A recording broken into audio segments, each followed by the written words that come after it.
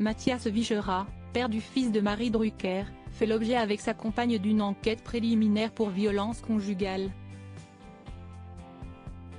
Le directeur de Sciences Po Paris sort enfin du silence depuis la révélation de cette affaire.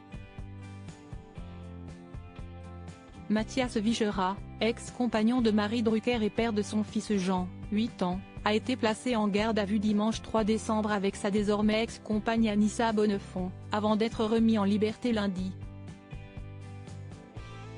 L'unité médico-judiciaire n'a pas relevé d'incapacité totale de travail sur aucun des deux, et aucun des deux n'a souhaité déposer plainte à ce stade.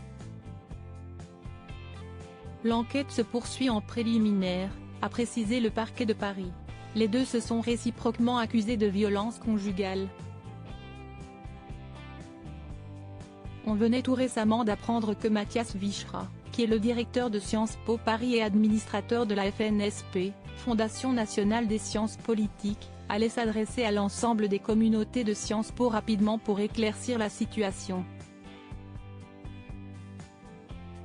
Si est ce qu'a affirmé Laurence Bertrand d'Orléac, présidente de la FNSP, dans un message adressé lundi soir aux membres du conseil d'administration de l'établissement.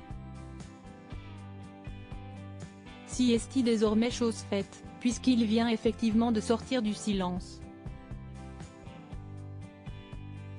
Il a écrit mardi aux étudiants, enseignants, salariés, membres des conseils de l'institution pour assurer qu'il entend leurs émotions et leur promettre de les rencontrer très prochainement. Une information révélée par l'AFP ce mardi 5 décembre. Dans ce message également adressé aux anciens étudiants, il tient aussi à redire son attachement sincère et profond aux valeurs de leur établissement, a appris l'AFP auprès de la direction de Sciences Po.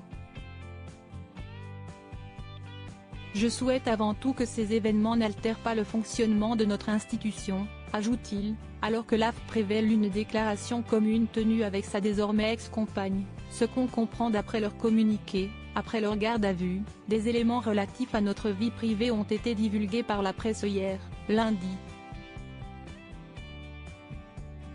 Les ruptures sont rarement évidentes et ne devraient en aucune manière faire l'objet de communication dans les médias et les réseaux sociaux. Un devoir d'exemplarité pour rappel, cette affaire divulguée par l'AFP lundi 4 décembre a fait l'effet d'une bombe.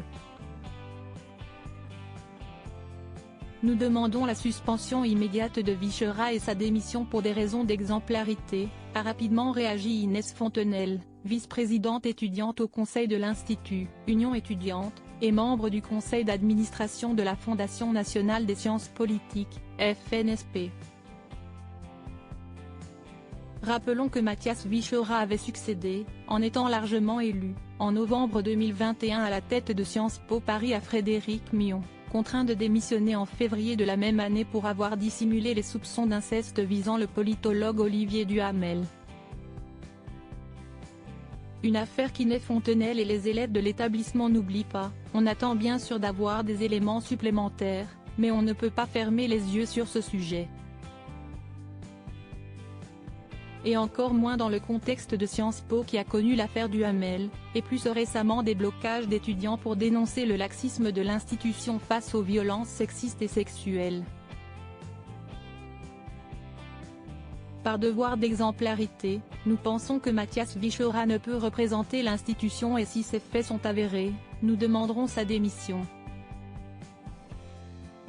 Dans un communiqué commun de Solidaires et l'Union étudiante de Sciences Po, les étudiants appellent à une assemblée générale mercredi à 19 h dans les locaux de l'école, dénonçant l'indécence du message de Mathias Vichera, qui n'ose mentionner les accusations auxquelles il fait face, a déclaré l'AFP ce mardi soir.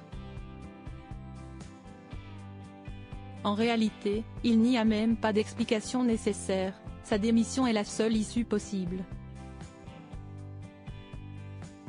En attendant, nous en appelons à la responsabilité de la direction de Sciences Po qui doit le suspendre immédiatement de ses fonctions, poursuit le communiqué.